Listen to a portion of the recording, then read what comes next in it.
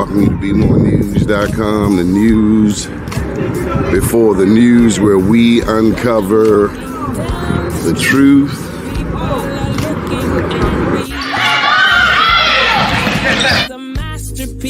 An accent. We need God. Because only God can bring us out of this mess.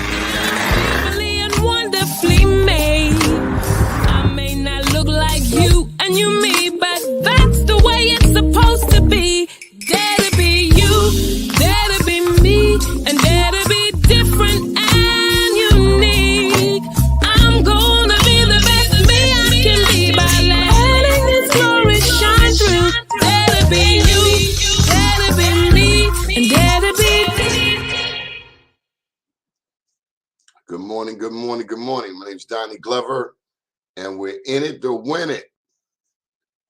June 20th. Lord knows where has this year gone.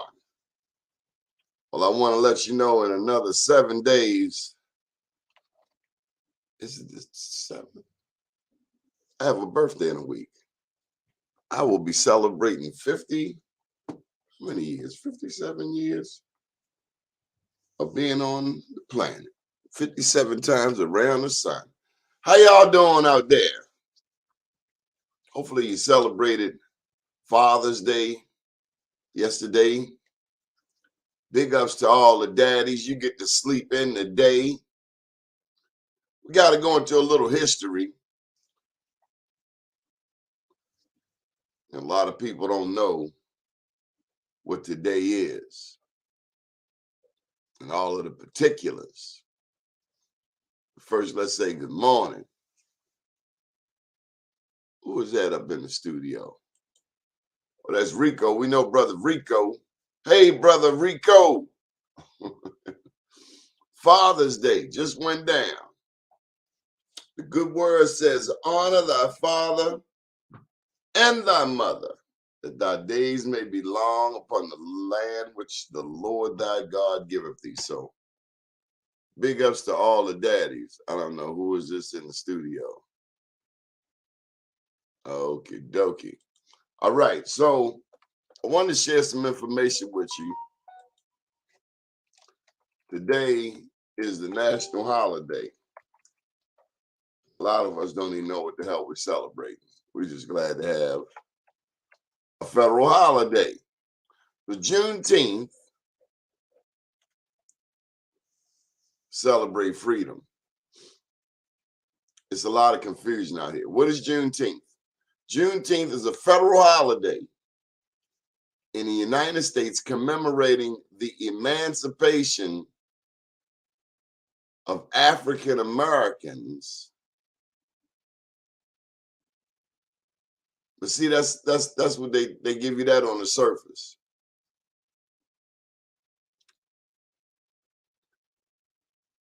Juneteenth is the oldest nationally celebrated commemoration of the ending of slavery. But what they don't tell you is that this was specifically for Galveston, Texas, for Texas. Juneteenth happened in Texas. It's now a national holiday, but Juneteenth happened for Texas. They got the memo 2 years late. Let me pose this question to you. I got $5 for anybody got the answer. $5, I'll give it to you right now. You do take quarters, don't you?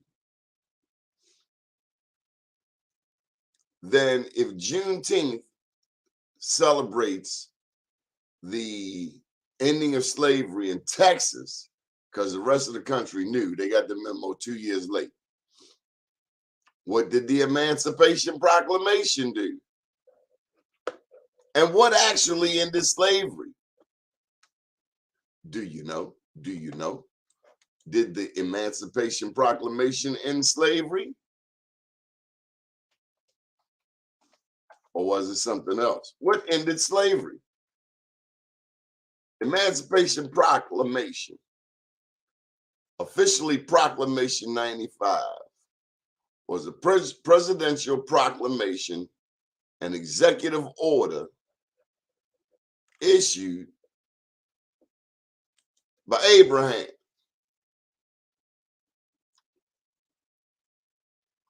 President Abe Lincoln issued the proclamation on January 1st, 1863. But it did not end slavery. It gave a date, or it gave a starting point of this process. January 1st, 1863. That's when the Emancipation Proclamation was going on. But remember, the Civil War was, what, 2 years later? As the nation approached its third year of the bloody Civil War. The proclamation declared that all persons held as slaves within the rebellious states are henceforward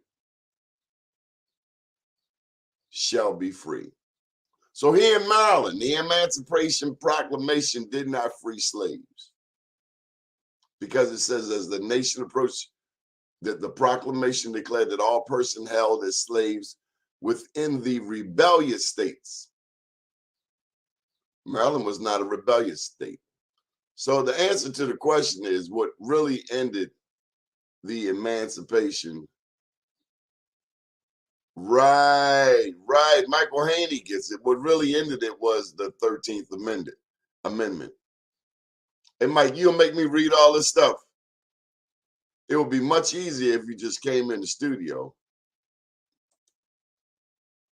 Oh, it's me. Okay. All right.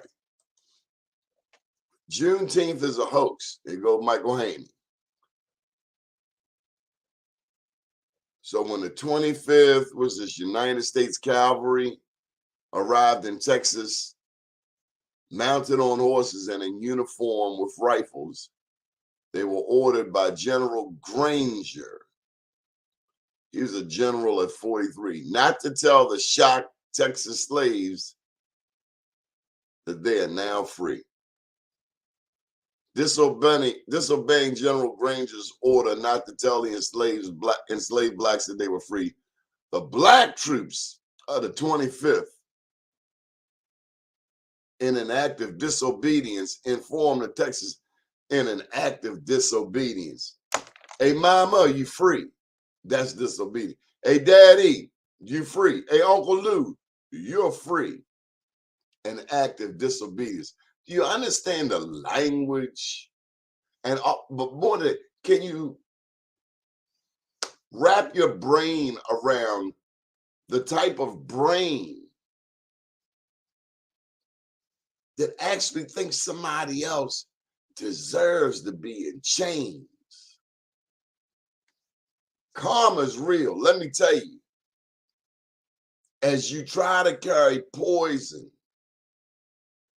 to your enemy, you are bound to spill it on you. The best thing America can do is to be very, very kind to black people. I think that is the most intelligent thing that the rest of America can do, is be kind to black America. It only makes sense to me, because everything that has been done to us,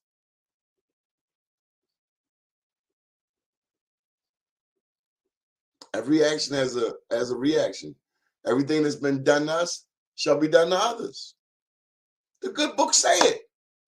That's why they say, vengeance is mine, saith the Lord.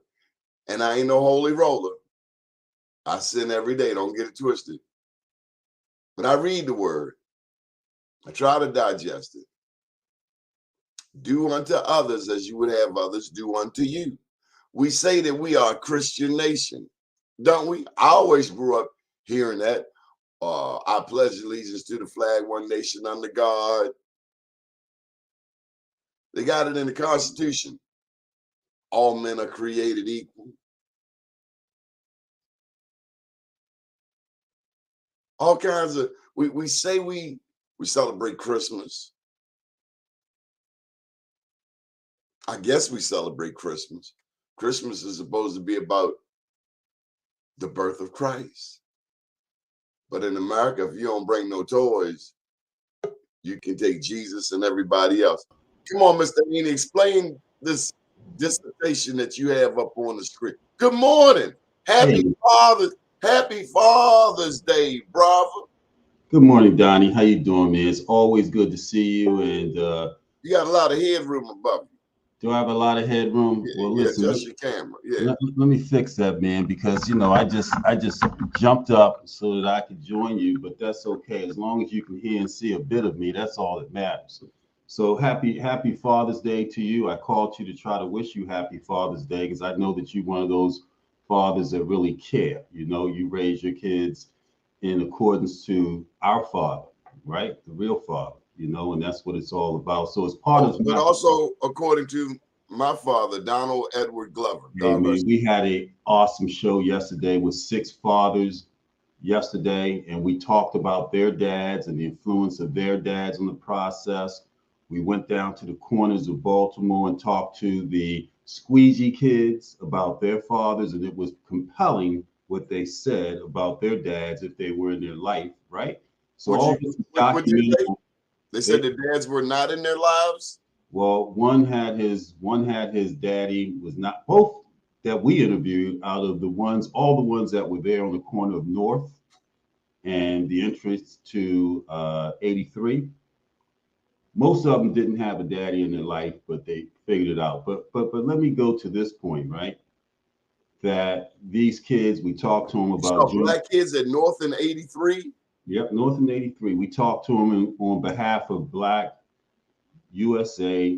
Because the addicts had taken over that corner and chased the Nation of Islam off that corner. Man, it was a comfortable conversation with these intelligence kids, man. It was motivational and emotional to be out there with them because they want to talk to us, man.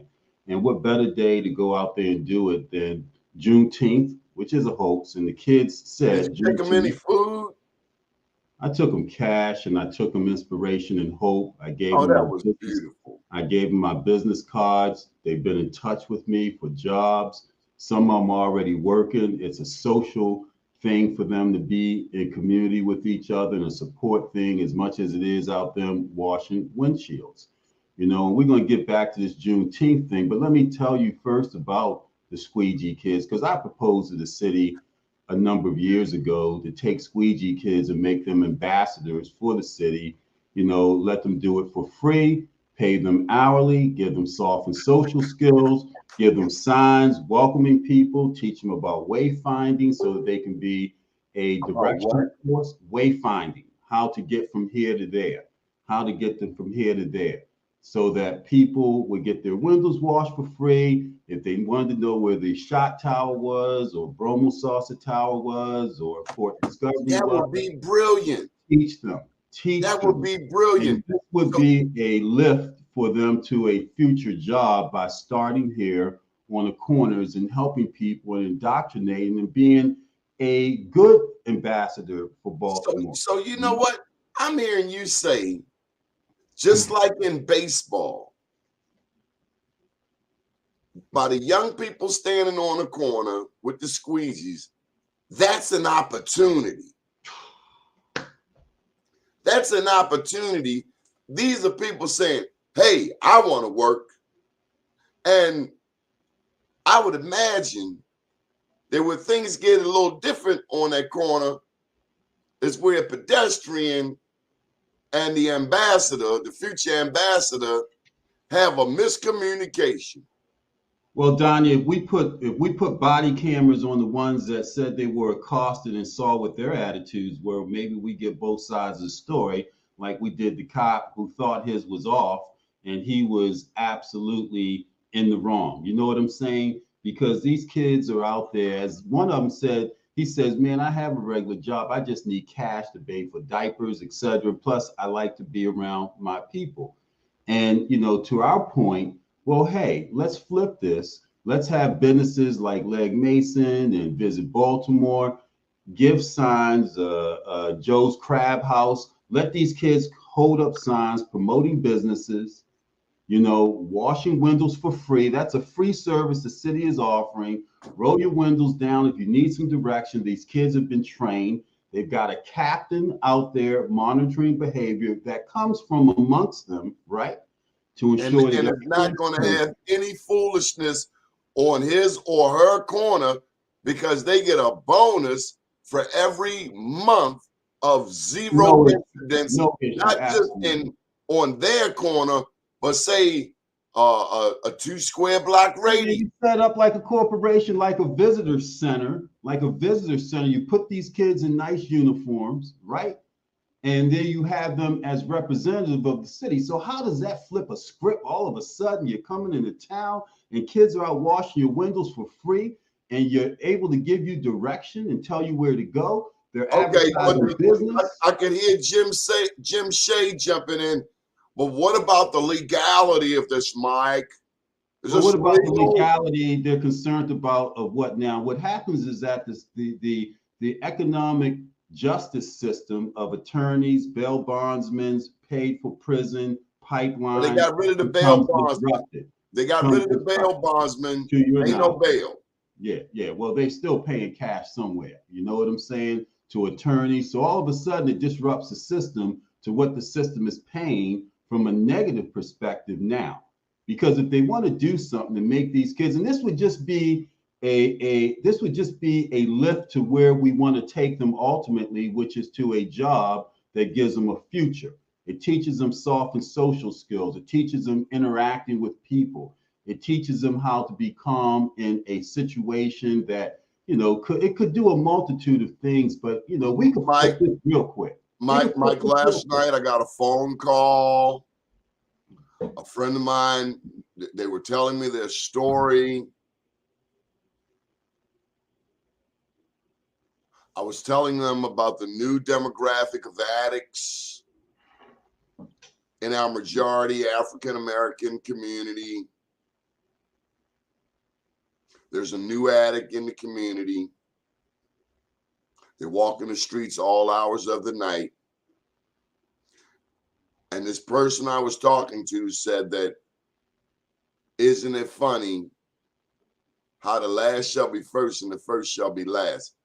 There was a time, Mike, if you were downtown and you went to cross a downtown street and there was a driver, a Caucasian driver, and they saw you walking near their car,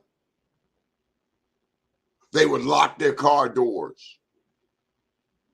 So this African American was telling me how now, when they're driving down North Avenue, and this new demographic of addict comes towards their car, they lock their car doors. Black people locking their car doors from the white addicts.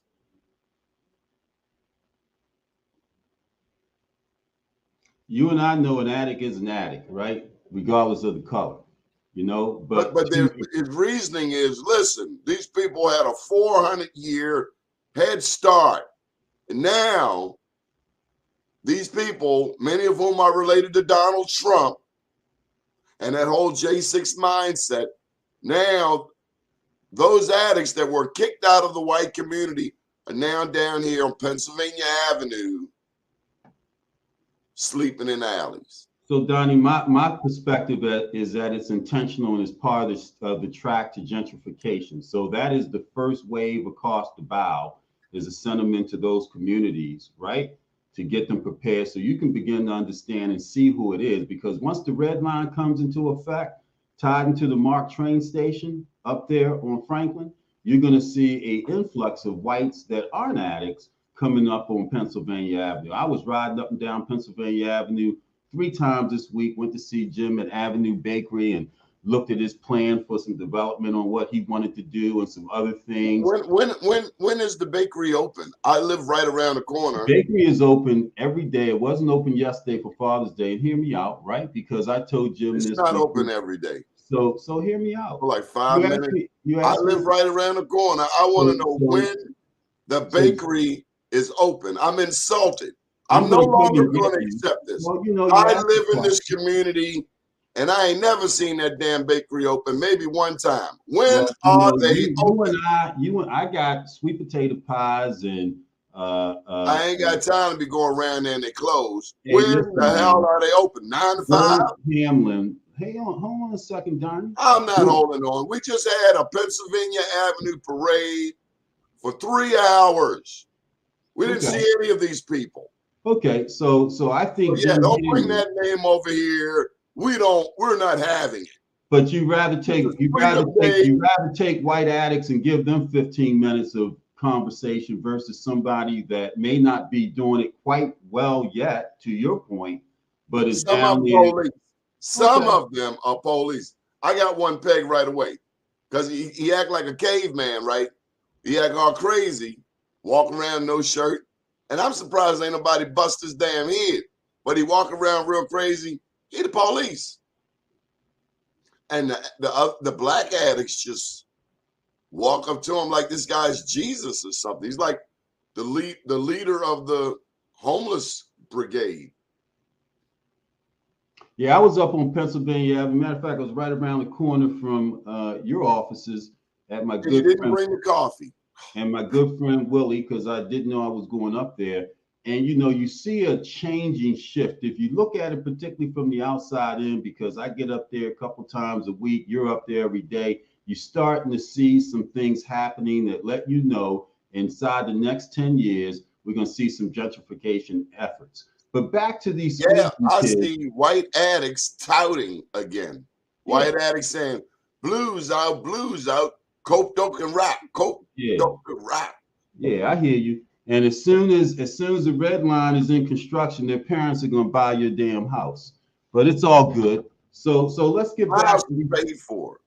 well, they're gonna buy it. I said they're gonna buy it. They may offer you $500,000 for it, and then tell you to go out to Randallstown, and they'll be good because I'm they're not gonna be selling this around house. transportation. This house Okay? is That's what we legacy. all say. That's what we all say. This That's house how is they do. legacy, okay? And then they'll put it at a price, just like they did around Hopkins. They put it at a price where we can't come back into the community because that's how they redline us, is with the price of housing. They'll buy Donnie out, who bought his house for $30,000 or a dollar sale. They'll buy for $300,000, and they'll make the medium income around there. So the housing market is about $500,000 with those big, fine 3-decker houses in Sandtown and Harlem Park and I ain't selling my damn house. I don't need your money. Yeah. Everybody has their price, including you. Trust me. You and I know that. So you can say it all day long. But if somebody said, Diamond, give you $500,000 and I'll put you at a nice little house with a quarter-acre lawn in Randallstown, your ass would be gone. And so it's all good though. It does sound nice. It's all, yeah, it does sound nice. Everybody has a price. If they bring that offer, how much you say? 500,000 plus. $500,000, Donnie. And the thing of it is, your house may only be worth $250 at the time, but they know it does two things. It gets you out, and it allows them to put it at a price where they know who's going to be their neighbors and around them. That's how gentrification works. And the first thing they do is send their dope addict sons and daughters, not in their neighborhoods to buy, in the suburbs where they are now. They say, go buy your dope down the street from Donnie. Don't stay in here. That's what I'm trying to tell you, Mike. That's stinking thinking. If you think I think it's strategic. I think it's smart. Because look who's upset. Mike, there's something you're overlooking. What am I overlooking? It's a spiritual law. What spiritual law? What spirit have to do with this? There's no. It's all spirit, baby. Check this out. You ever notice the tornadoes that go from Africa to the Western Hemisphere? There is a group of Black people who would suggest that those tornadoes, those hurricanes that come off the coast of Africa are no more than the ancestral spirits coming straight for the Midwest. Or you ever look at those fires out in California, just on fire, burning up whole communities? There are those who would suggest that those ancestors who had to jump ship crossing the Atlantic, that's a whirling of the spirit. But I tell you, Mike, when you carry poison to someone, you're bound to spill it on yourself. And that's why it's good to forgive and to rid yourself of hate, because do you hate those dope things in your alley? Do you hate those dope things in your alley? There's one point that you're not connecting with. Okay. Sure, people are coming to buy. People want to buy. They got the money, they buy. But is that really working? Let me get to my point. Black people have a lot of sex and make a lot of babies. That's why they put all the abortions clinics in the black community. You know where they don't put abortion clinics? In the white community. You know why it's all this kickback over abortions and Roe v. Wade? It ain't because they care about your black babies. They trying to save white babies. So what I'm saying is, yeah, they coming. I've been hearing that 30 years. I've been in this house 30 years. I've been hearing that they coming. But you know what I know is also coming? The browning of America. So they better hurry up and buy it because they running out of time. The clock is ticking. Mm-hmm. So you got your point, and I hear you, Donnie, and everybody has a perspective, right? But let's back to these squeegee kids for a second in Father's Day, which was the initial conversation. We're talking about Juneteenth. Yeah, but we talked about Juneteenth and Black history with these kids, man, and they said that slavery still exists. This is what two of the kids said, and that interview is available on blackusa.news on the 60 Minutes in Black USA show from yesterday, where you can hear these kids, these squeegee kids, talk about Juneteenth, Father's Day, Black History Month, and from their perspective, what it is. And generally what they're saying is that we're bamboozled and that slavery still exists. And we know that it does because the 13th Amendment talks about that the only way that slavery can be enacted in this country is for crimes atrocious to a point where you can have imprisonment or slavery. So what do we have with 50%? It's Donald Trump. No, it was well before Donald Trump. Donnie. No, we know from a slave perspective with prisons, 50% of the prisons in this country are occupied by people of color or black people. In a 12% populated country of black people, 50% of the prisons are filled with black people because that's a form of enslavement. You know, with the jobs for 2 cents an hour, you know, that they charge with the cost of prisons for a person a year of $50,000, and then they privatized it, a form of enslavement. And this is what these young people see. And this is why they think when you talk about Juneteenth Day, they're like, hey, man, you know, what's up? Let's see what Chap said. What did Chap say? Man, y'all be putting these long explanations up here.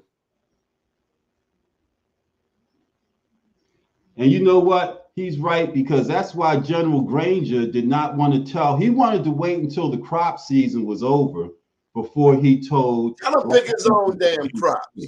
He wanted them to finish picking the cotton. He wanted them to finish picking the cotton and the crops before they were told this slavery. Pick your own damn cotton, lazy self. Well, you know, Donnie, that's not a reality, you know. And so, to your point earlier, Donnie, about I told you, well, go round, come round. The same thing that is you do to people will come back around. Let me tell you a story. I know this famous drug dealer when I was a kid. This drug dealer was glorified.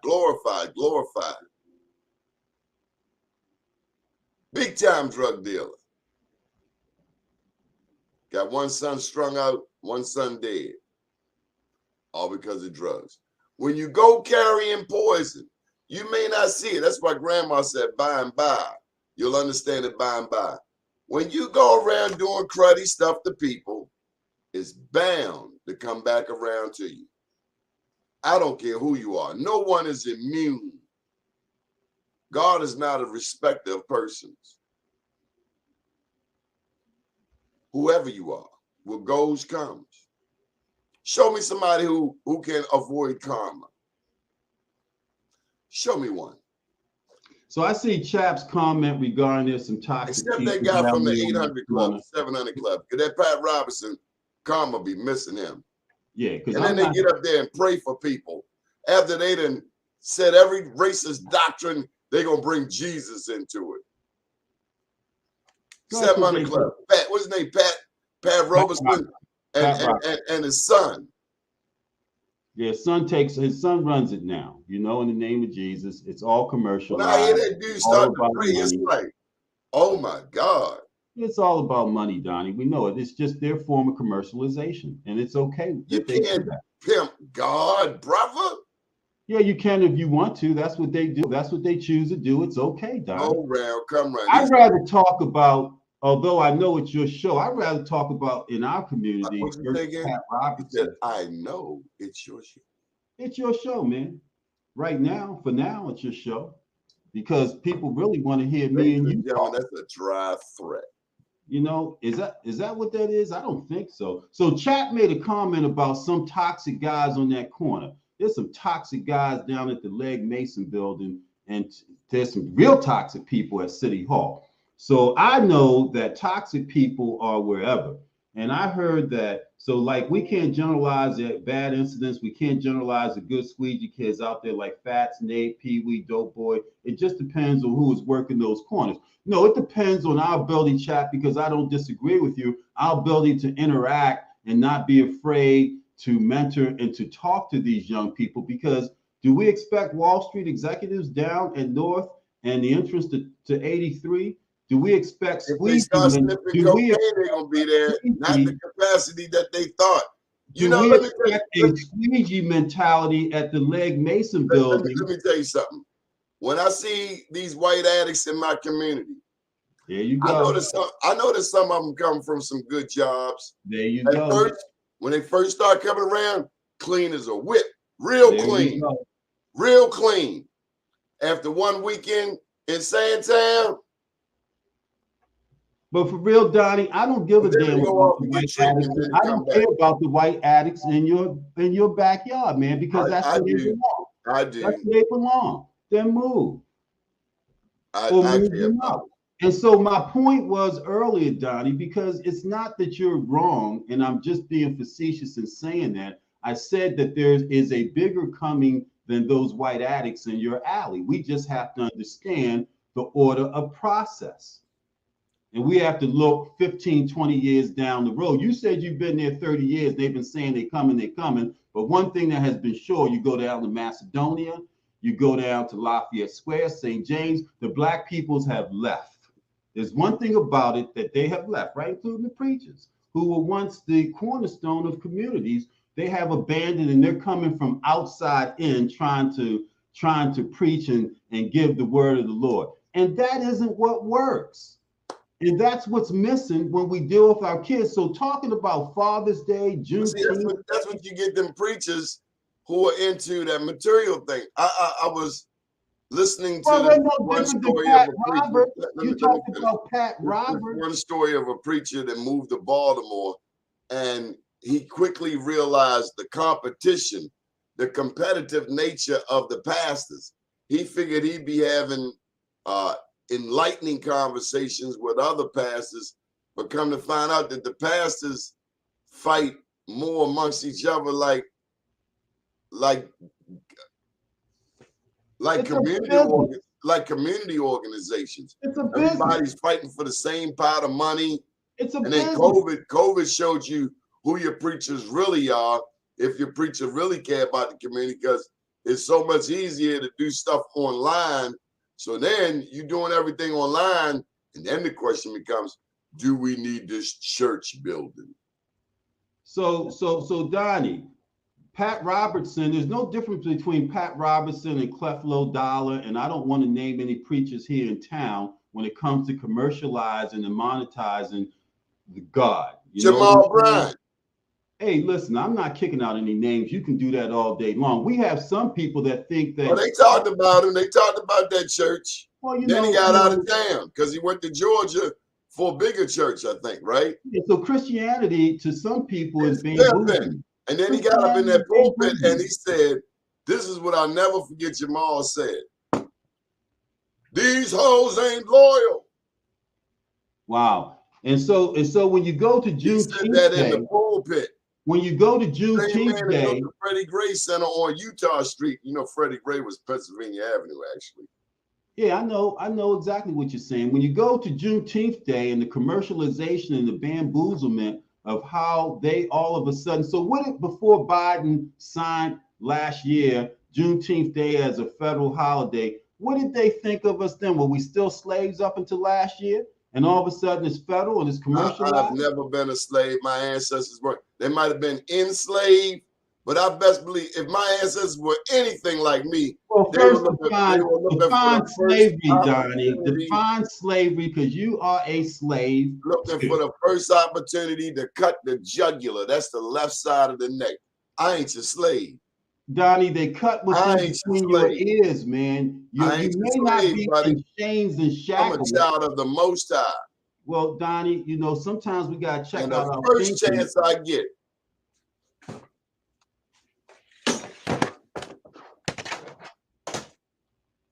I'm gonna pull that spear out from Africa. Mm. Woo! So you're a spear chucker. Is that what you are? You call it what you want. No, I'm just asking you. You pulled the spear, now you're a spear chucker?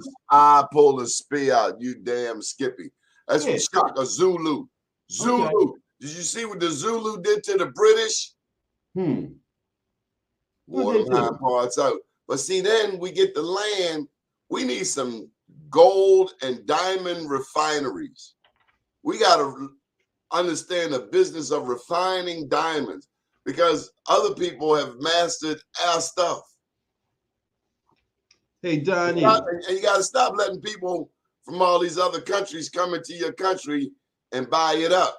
Hey, Donnie, did you know that over 3,000 Black women were down in Texas with the United Colored Troops, and they were dressed as men because they supported their men in the war efforts? You know what I'm saying? Did we know that our women dressed up as men and were part of the first of whom was union? Cafe Williams. You know what I'm saying? Cafe Williams. Yeah, but my point is, Donnie, when we look at Juneteenth Day and the struggle that people went through to tell General Granger, who we are basing our federal holiday off of his proclamation, and this information comes from Black historians that dug deep to find out the real deal. All of a sudden, we commercialize and we buy into when they tell us that now all of a sudden you got a federal holiday. Woo! Let's go. Are you kidding me? Are you kidding me? To a point where we don't really look and take this serious, man. Matter of fact, you ain't gotta give me the money. You gotta point to who got my money, and I'll get it. Your money? You ain't got no money. It's not your money. I do. And Pharaoh disagrees with you too. Don't make me bring the German Shepherd to deal with. I think Pharaoh would probably be a great conversation at this point. Put him on the mic. Pharaoh. But you know, Donnie, it's all good and well, man. But I think we are misinformed. Pharaoh, I feel like this guy is bullying me. No, I'm not bullying you, man. I'm beating you up with information. And we all need to be beat up with information. Let me give you, because you're gonna need some help, because I'm about to unleash on you. This is what this news network is all about. What's it about, Mike? It is ensuring that we have an ability to convey real information. There's the link for your allies to jump in and help you. No, it's not. We are all allies, Donnie. We are all allies, man. We are all supportive. If it wasn't for you, we wouldn't even be able to have this conversation. So don't say they're allies and you are what? Come on, man. You're the one that is the conduit to make this happen. So you say what you say, but be careful with what you say. Because see, I woke up ready, man. If you ain't ready, go ahead and sign off and let them come on and we'll carry the station for the next 45 All right, Leroy McKenzie, I need you to come in, click that link, and Mike Haney has replaced me on my own show. Hey, listen, man. You know what? You know that you have done good when you are no longer necessary to carry your message. You know what I'm saying? Hey, I've been put out of the White House. I've been put out of nicer places than this. Well done. You know, I wasn't put out. I was escorted to the door. And we admire your humility in backing down gracefully.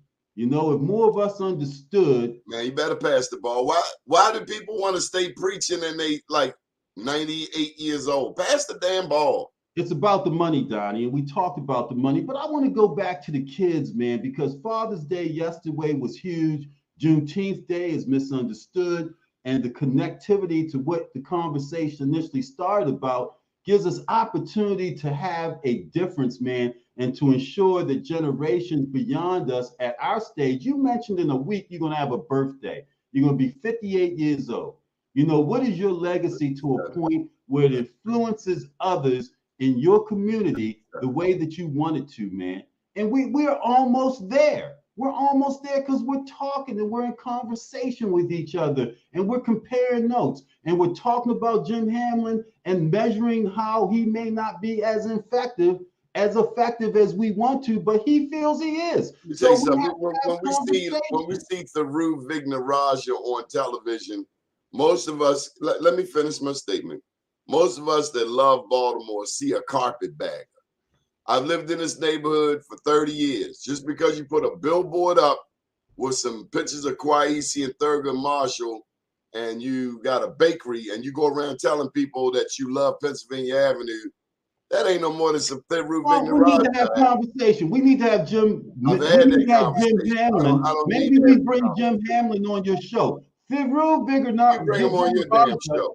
I've been down that road. I brought Jim Hamlin on my show 20 years ago when he was working Well, for it's a new day. It's a new when he was day, working Johnny. for UPS, probably where he first got the idea from, because at that It's time, a new stop cutting day. me off. It's Stop a cutting new me off. day. No, I'm George interjecting. Gilliam. I'm interjecting. I'm not George cutting you off. Gilliam is the one. He and his late wife Stephanie that put Pennsylvania Avenue, the Cadillac Parade, the Marquee back on the map. So if you're going to have a conversation about historic Pennsylvania Avenue, then at least understand the history. It had nothing to do with Jim Hamlin. This had long before Jim decided to retire and come and do his little project. But George Gilliam is the one we pay homage to, because We George pay and his homage late to wife everybody. Stephanie We got the pay ball homage. rolling. We Dr. pay Leroy homage to everybody. McKenzie. How you doing, How you Dr. doing, McKenzie? brother? How you Good doing, man? I'm morning. wide awake. It's Dottie, Dr. see, Joe. How you doing, Doc? Dottie jumped. He jumped off. Man, I we was just, kicked Donnie out, man. It's all good. How you doing, no, Doc? it's a great conversation. But I did notice you wanted to, and you've been trying to get to it all morning about the squeegee kids and what in your conversations with them. I want to hear that. That's what I really want to hear, and how that went with them, because that's huge. Everybody wants to put a negative Yeah. connotation on those young men, but you went down there. To me, you seem to have gone down there with some tangible solutions, having a conversation with these young boys that said they wanted to talk to you. They're hungry. They're They want to hungry. talk to us, man. They want to talk to us. I was comfortable. I took God's grace with me. I was not in fear. You know, I was not apprehensive. They looked at me kind of crooked because it was a few of them there, and we were good, man. And we've been communicating since Saturday. But the Hmm. point of it is that Daphne Austin, the head of Mothers of Murdered Sons and Daughters, said a few weeks ago, why are we afraid of these kids? Let's go talk to them. They ask us where we've been. Yeah. Here's a mom, just like Erica Bridgeforth with Ceasefire, a female, right? Out there leading the effort on corners of our kids that are caught up in these atrocities. And here is Father's Day, right? Father's Day. I'm a dad, I'm a man, and what ownership am I going to take of my community? You know what I'm Wow. saying? Not go down to Curl Park and celebrate on a moon bounce or do double dutch. You know what I'm saying? But go down and engage eye to eye and listen Woo. to these intelligent children who need and who are begging for our mentorship and bringing some good, reasonable ideas, man, and asking them their thoughts and opinion, not telling them, but what do you think? What's your thoughts? What would you like to see? How can we get this done? So that they have some buy-in to the solutions if there's a problem. Not tell them that, hey, I want you to meet me up at Cahill Rec at 6 o'clock to talk about the squeegee kid. Well, why can't we go down to North Why can't we go down to Drew Hill Ave where they are and conduct our conversations in their environment and have conversations with them? And it talks about meeting people where they are. So there's a comfort level with them, not our comfort level, man. We're almost on the cusp as a people, as Black people, of changing the dynamics of conversations. And Donnie doesn't realize the greatness of what he has done and started, because we wouldn't be talking like this if it wasn't for his platform. Absolutely. They wouldn't have had the opportunity to be on 60 Minutes in Black America on the BlackUSA.News network if it wasn't for him. But the conversations are now very real. I'm at a stage, as you and I have talked about on your show, of seeing more sunset than sunrise. Mm-hmm. And so what is it that God has for me to do in this duration than to meet people where they are and do what I can in a humble fashion to assist and help? And what does that look like? No, absolutely, and that's the thing that I love about what you did, and many of us, when it comes to making a difference, and doing those things that we feel are a risk and everything like that, aren't willing to take a risk. Um, and when you meet people where they are, of course, initially there is going to be some apprehension on their part because they Oh, don't because they've been in an environment where they don't know who to trust.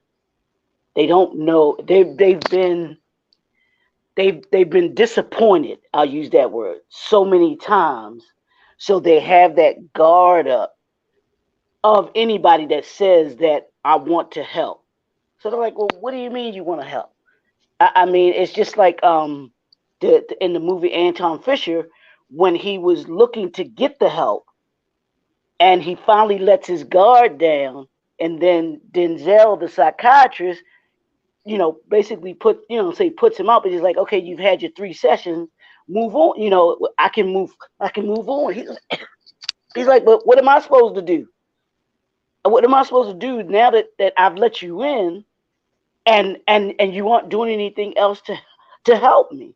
So I know that those young boys, and there's, of course, there's, like you were saying, there's corruption everywhere. You can find toxic people everywhere. You can find toxic people in your own family. So it don't matter. Toxic is gonna be toxic. and That's just you're what. right. Doc, you're absolutely right. And so my question to them wasn't about where I could help. It was about what did they think, because until we have conversation, I don't Right. know what help looks like for them. And they may Correct. not know what help looks like to them unless we talk and dialogue and hear what it is they want. Like he wants to be a culinary student. He has a Wow. job. He uses that cash from the squeegee kids to buy cash diapers, etc., until he gets a check, because what he's Wow. making ain't enough. You know what I'm saying? But he Yeah. wants a job working in a good restaurant, making good benefits as a cook. Trayvon wants to own land.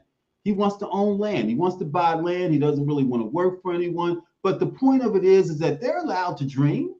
They're allowed to dream. Absolutely. And until I heard that, how was I to know, other than in the backdrop of City Hall and the police department? If you go down on President Street, you have a multitude of these kids in the backdrop of the police department. How that is the most profound scene. In the backdrop of our police department, these kids are going unchecked and unchartered in their life, and we talk about them on the nightly news with the police every night. Now, how can we not figure it out? And where's the dialogue between the police and them to a point, if that's an issue, where we can get to some resolution? It's going to take people like you, me, Chat, David Murphy, Donnie, to carry the Yeah. message for them, man. We have to be their spokespeople, man, for what right looks like and what help looks like after that dialogue, man. Yeah. And my thing is always, what they have a problem, and we're trying to assist them to be able to solve it.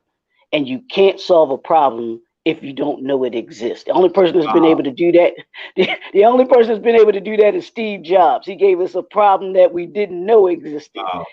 Wow.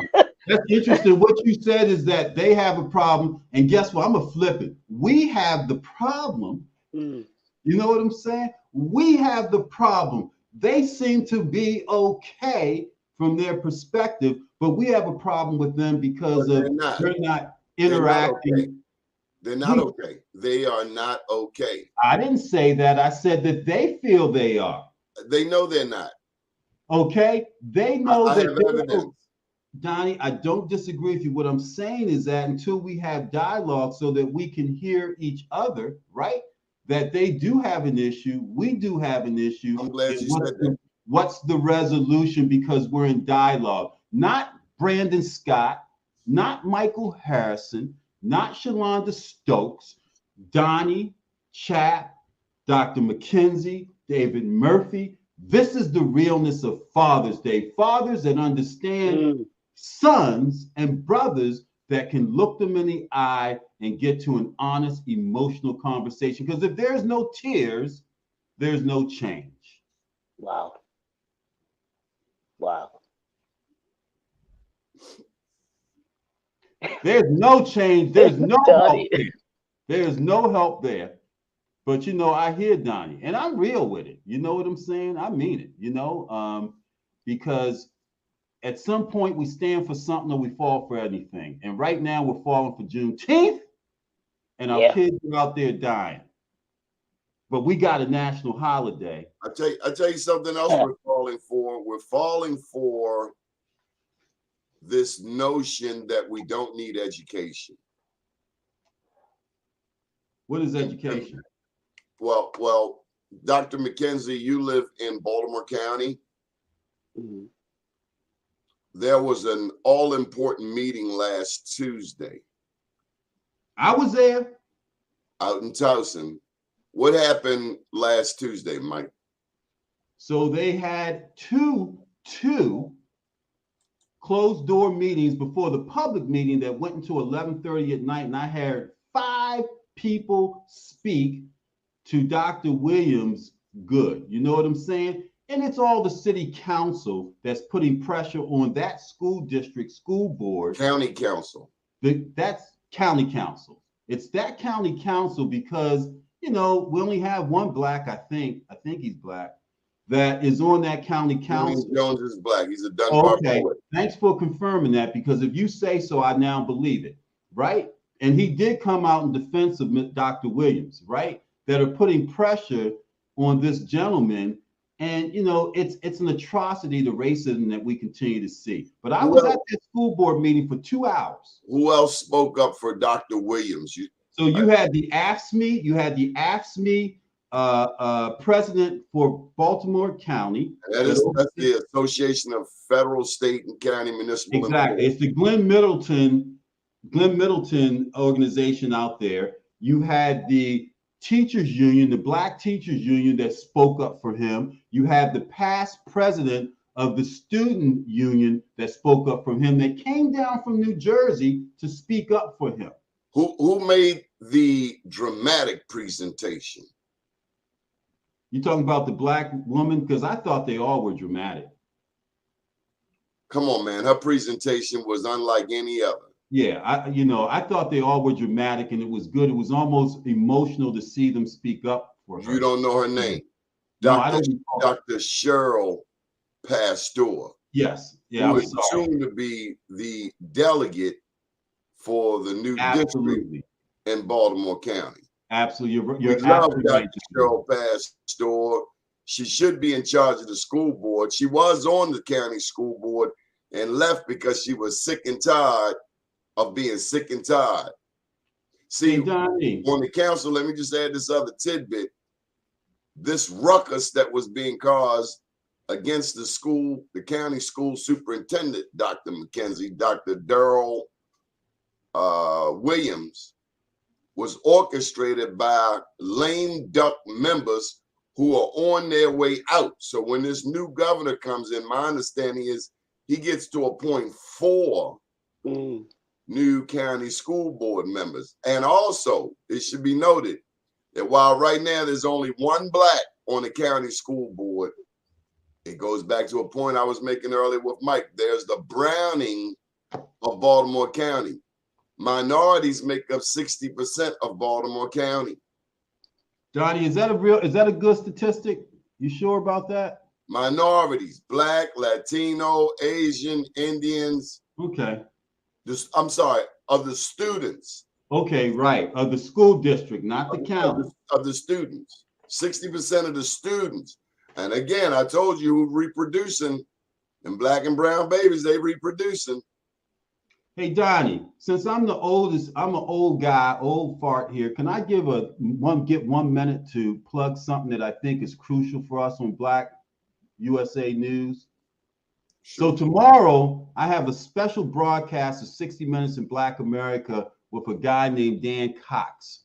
He is endorsed by Donald Trump, right? And people are like, oh, why you do that? If we don't begin to listen and hear what those who may be in power have to say, in addition to that, how do we begin to nurture relationships and change hearts? And he's going to be treated with dignity and respect, as I expect to be treated with dignity and respect. Elaborate on his platform, and he is a described QAnon's conspiracist, whatever. But we're bringing him on so we can have dialogue and we can talk about how he would govern a state as diverse as Maryland if he was elected. And he's coming up the polls hard because Trump has endorsed him. But it doesn't mean that we turn our backs and we not listen and have these conversations, Donnie. Who's he running against? He's running against Kelly Schultz. And what's the likelihood that he'll beat her? He is within 4 points now. He is within 4 points of her. It has tightened up considerably. She knows it and he knows it. Hey, look at the recent polls with Hogan being trounced by Donald Trump if he was to run for president in his own state of Maryland. Okay?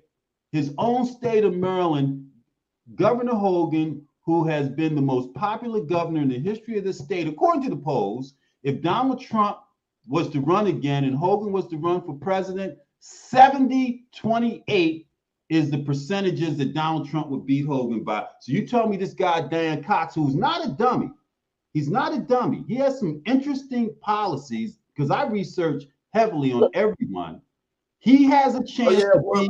What's interesting about his policies? In terms of what, first of all, he has 10 kids. He has 10 kids and he's not Catholic. You know what I'm saying? So he has this environmental agenda and he has this political agenda that is veiled. He's got 10 kids, but he sides with a guy that has no empathy for children. Well, you know what? Listen to 60 Minutes in Black America at 1 o'clock tomorrow and you'll hear what it is that he has to say. That's all I can tell you. Dr. McKenzie, it's always a pleasure seeing you, brother. I have so much. She's gonna kick his hind parts. She's gonna kick him up and down Liberty Road. Brother Mike, I want to connect with you this week too, because I got some things I want to talk to you about too. So, but this has been a great conversation, Donnie. Donnie, this is what I love about you and what you do. You bring conversations and you bring topics and those things that people aren't going to readily hear about. You really inform us on what's really going on. And I like I love your moniker, the news before the news. This is the news before the news. So I appreciate you being able to have this. And like Mike was saying, you bring these things up, and without it, there's so much that we would not know about. So I echo what Mike was saying. I appreciate you for what you do, man. This is what it's about. So Leroy, before Mike goes, who do you like for Attorney General? Ooh, oh my God, he has to think about it. Well, I mean, I like. See, by the time I'll be honest with you, Anthony Brown has already become Attorney General. Don't tell me that. O'Malley's getting smashed. They say the O'Malley name is Mud from. Yeah, well, we know that. I like Tim. I like Tim Adams. Comptroller race. Oh, I'm sorry. I'm sorry. Yeah, it sure was. I'm sorry. I'm sorry. Yeah, because I did see. I I had to laugh when I saw that Anthony Brown was running He, for he bought an state ad rep. on Be More News. Hey, Donnie, you got to get Tim Adams back in here. We got to hold him hostage, man. We need a forum with Tim Adams. We got to give him, we got to lay hands on him, man, because he Yeah, has an opportunity, because he has the ability from cash to really get things going. But he needs to Our lean people on are the hand. confused. A lot of us are buying the rhetoric from Brooke Learman, That's why I said, who came on this show early in the race, and yes. he had zero rap for black businesses. And now mm, everybody's saying, "Oh, we got to get Brooke on your show," and I'm like, "Well, No. when she was here the last time, she pretty much told me to go to hell." You wow. tell Tim Adams, you need to bring Tim Adams on with a couple of us, and we need to lay some hands on him and enlighten him and wake this brother up Yeah, because he's a good brother, okay? But he needs a boost, huge, in order to make up a little bit of a gap to make it a race. But To he's Brooke getting Learman's close. credit, Brooke Learman has scientifically tried to do the O'Malley on the black community, hoodwink us, what's the word? Convene our black elected officials like, come on, vote for me, guys, vote for me, That's guys. her I'll be daddy. good. That's her But powerful daddy. Her powerful yeah, daddy but she is pretty much behind told black doing this. business to go jack off. yeah, Pretty much because her daddy controls the slave mentality black guys who are going to ensure that they do I'm these sorry, rules. did you just say Peter Franchot had slaves? What'd you say? I said her daddy. I did not say that. I would I never thought say I it heard him about say Peter. Peter Franchot had slaves down No, in Route 97. Peter's a good friend who I respect highly, man. Does he own slaves? Peter Francho? Yeah. No. Okay, I was just checking. No. Until someone proves me differently. You said No. Django what? That's my head of my president. That's my president in Nairobi, Africa, Paul Jingo Masai. Is that who you're talking about? You said Peter Franchot is the slave's messiah. No, I didn't say that, Donnie. We have a bad connection. You said you love O'Malley? What'd you say? We have a terrible connection here, but it's okay. It's okay. Let's just embrace Tim Adams. Let's embrace Tim Adams. We'll figure out the gubernatorial race because we have documentable tape holding people accountable for what they say that we can play 3 years from now. Tim Adams needs a laying on of hands of the black community, particularly in Baltimore. He's in Prince George's County, and I think we can help him, but he's got to be ready to listen. yeah. Bring him back. Brooke Learman has worked very hard to get that seat. Her daddy worked hard. Her daddy worked hard to get her that seat. Listen, man, we know how it works. We know how it works. But let me tell you something. As long as you are a child of God, you belong here as much as anybody else. Amen. I agree. Power to the people. Mike Haney, Dr. Leroy McKenzie. How can people get in touch with you, Dr. McKenzie? They can connect with me at http://link tree, and that's linktr.ee/JNF Enterprises. That'll give you a list of everything where you can go. So all social media links and YouTube and all of that good stuff. Mike Haney, so how can people catch up with you? So Donnie, they can get in touch with me on blackusa.news Facebook page.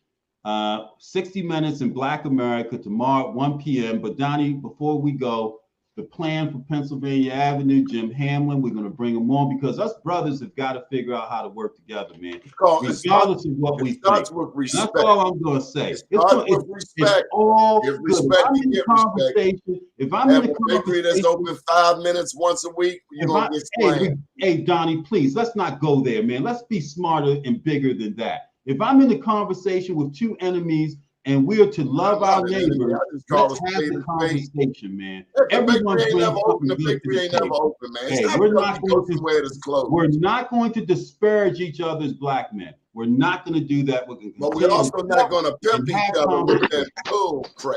Hey, we get pimped every day. So maybe we learn to be better pimps from each other. I ain't a Donnie, pimpette. you have a wonderful day. Good morning, world.